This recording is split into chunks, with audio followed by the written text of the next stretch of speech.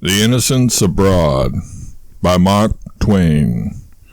Chapter 5. Taking it by and large, as the sailors say, we had a pleasant 10 days' run from New York to the Azores Islands.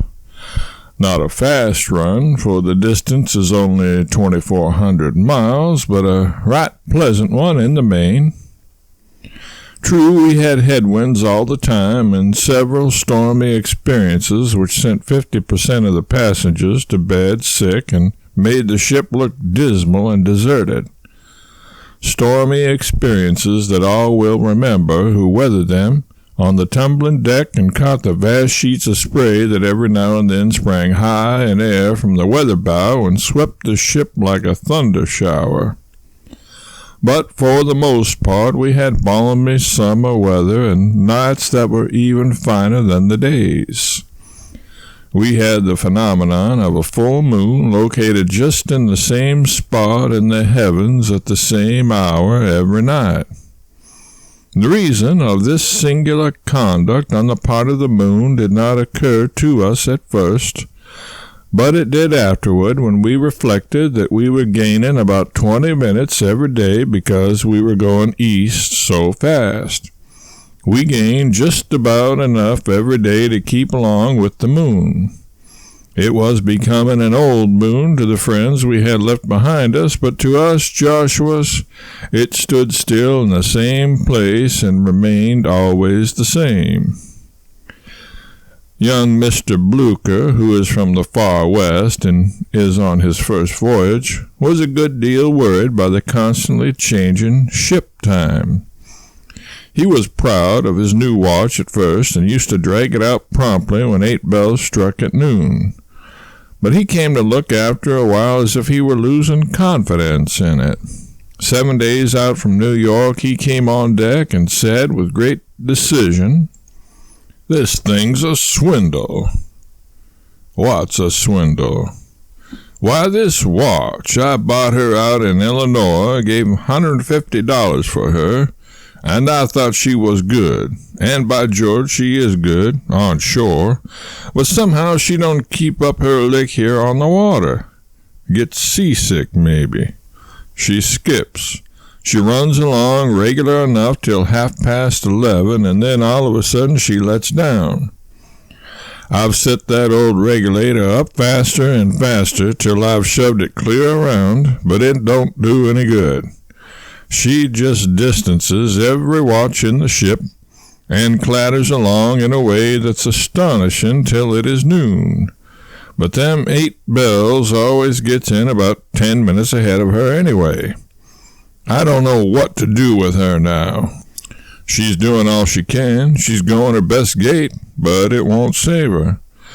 Now, don't you know there ain't a watch in the ship that's making better time than she is, but what does it signify? When you hear them 8 bells, you'll find her just about 10 minutes short of her score, sure. The ship was gaining a full hour every 3 days, and this fellow was trying to make his watch go fast enough to keep up to her. But as he had said, he had pushed this regulator up as far as it would go, and the watch was on its best gait, and so nothing was left him but to fold his hands and see the ship beat the race. We sent him to the captain, and he explained to him the mystery of ship time and set his troubled mind at rest. This young man asked a great many questions about seasickness before we left and wanted to know what its characteristics were and how he was to tell when he had it. He found out. We saw the usual sharks, blackfish, porpoises, etc., of course, and by large schools of Portuguese men of war were added to the regular list of sea wonders. Some of them were white and some of a brilliant carmine color. The Nautilus is nothing but a transparent web of jelly that spreads itself to catch the wind and has fleshy-looking strings a foot or 2 long dangling from it to keep it steady in the water. It is an accomplished sailor and has good sailor judgment. It reefs its sail when a storm threatens or the wind blows pretty hard and furls it entirely and goes down when a gale blows. Ordinarily, it keeps its sail wet and in good sailing order by turning over and dipping it in the water for a moment. Seamen say the Nautilus is only found in these waters between the 35th and 45th parallels of latitude. At 3 o'clock on the morning of the 21st of June, we were awakened and notified that the Azores Islands were in sight. I said I did not take any interest in islands at 3 o'clock in the morning. But another persecutor came, and then another, and another, and finally, believing that the general enthusiasm would permit no one to slumber in peace, I got up and went sleepily on deck. It was 5:30 o'clock now, and a raw, blustering morning. The passengers were huddled about the smokestacks and fortified behind ventilators, and all were wrapped in wintry costumes and looking sleepy and unhappy in the pitiless gale and the drenching spray. The island in sight was Flores. It seemed only a mountain of mud standing up out of the dull mists of the sea. But as we bore down upon it, the sun came out and made it a beautiful picture, a mass of green farms and meadows that swelled up to a height of 1,500 feet and mingled its upper outlines with the clouds. It was ribbed with sharp, steep ridges and cloven with narrow canyons, and here and there on the heights rocky upheavals shaped themselves into mimic battlements and castles, and out of rifted clouds came broad shafts of sunlight that painted summit and slope and glen with bands of fire and left belts of somber shade between. It was the aurora borealis of the frozen pole, exiled to a summer land. We skirted around 2/3 of the island, 4 miles from shore, and all the opera glasses in the ship were called into requisition to settle disputes as to whether mossy spots on the uplands were groves of trees or groves of weeds, or whether the white villages down by the sea were really villages or only the clustering tombstones of cemeteries.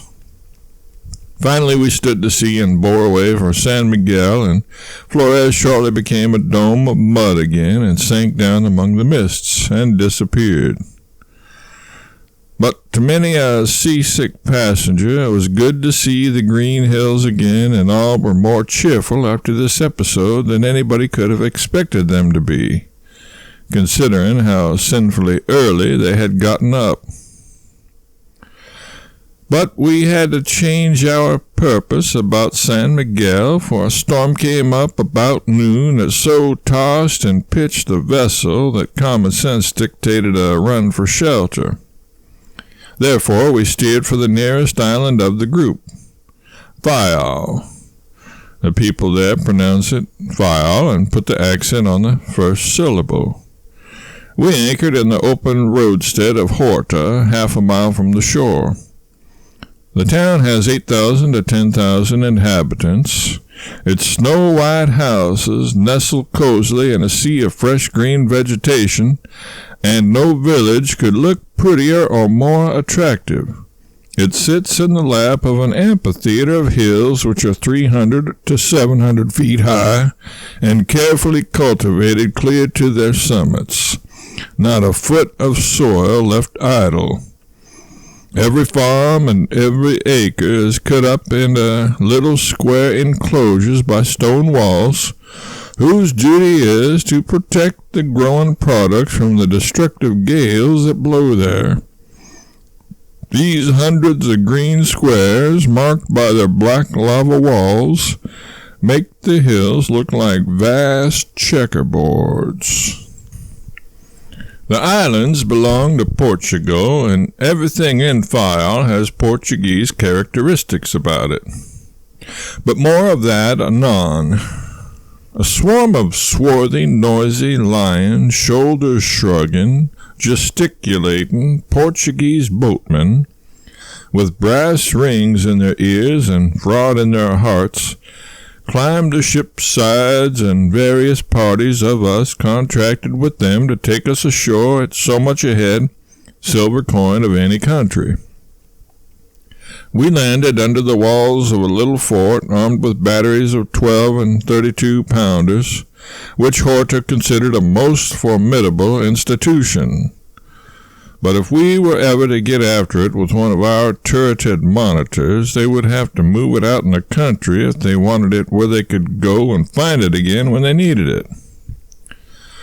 The group on the pier was a rusty one, men and women, and boys and girls, all ragged and barefoot, uncombed and unclean, and by instinct, education, and profession, beggars.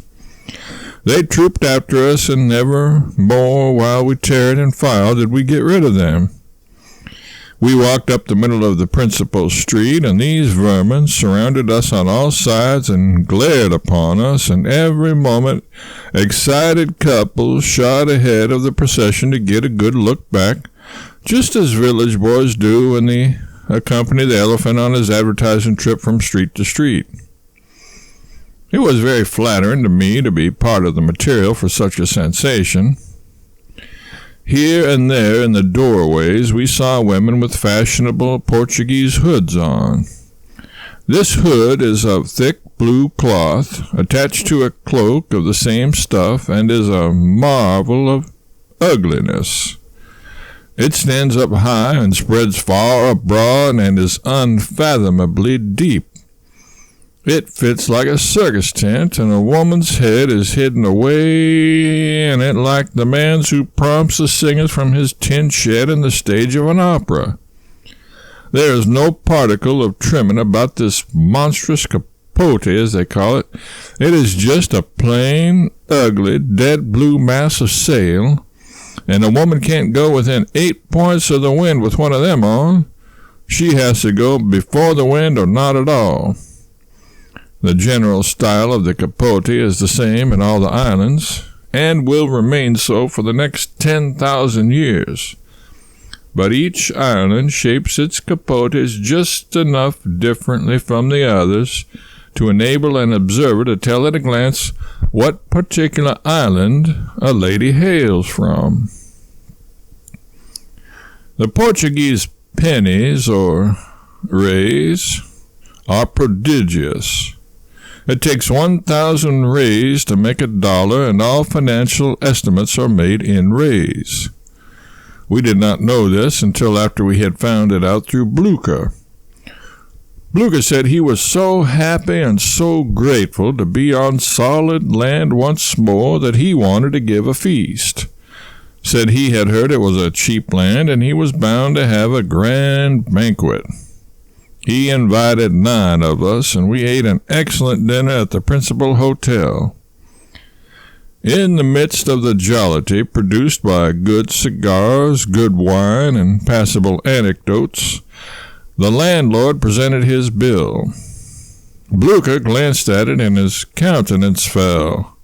He took another look to assure himself that his senses had not deceived him, and then read the items aloud in a faltering voice, while the roses in his cheeks turned to ashes. 10 dinners at 600 reis, 6,000 reis. Ruin and desolation. 25 cigars at 100 reis, 2,500 reis. Oh, my sainted mother! 11 bottles of wine at 1,200 reis, 13,200 reis. Be with us all! Total 21,700 reis. The suffering Moses! There ain't enough money enough in the ship to pay that bill. Go, leave me to my misery, boys. I am a ruined community. I think it was the blankest looking party I ever saw. Nobody could say a word. It was as if every soul had been stricken dumb. Wine glasses descended slowly to the table, their contents untasted. Cigars dropped unnoticed from nerveless fingers. Each man sought his neighbor's eye, but found in it no ray of hope, no encouragement. At last the fearful silence was broken. The shadow of a desperate resolve settled upon Blucher's countenance like a cloud, and he rose up and said, "Landlord, this is a low, mean swindle, and I'll never stand it. Here's $150, sir, and it's all you'll get. I'll swim in blood before I'll pay a cent more." Our spirits rose, and the landlord's fell. At least we thought so. He was confused, at any rate, notwithstanding he had not understood a word that had been said. He glanced from the little pile of gold pieces to Blucher several times, and then went out. He must have visited an American, for when he returned, he brought back his bill translated into a language that a Christian could understand. Thus, 10 dinners, 6,000 rays, or $6. 25 cigars, 2,500 rays, or $2.50. 11 bottles wine, 13,200 rays, or $13.20. Total, 21,700 rays, or $21.70. Happiness reigned once more in Blucher's dinner party. More refreshments were ordered.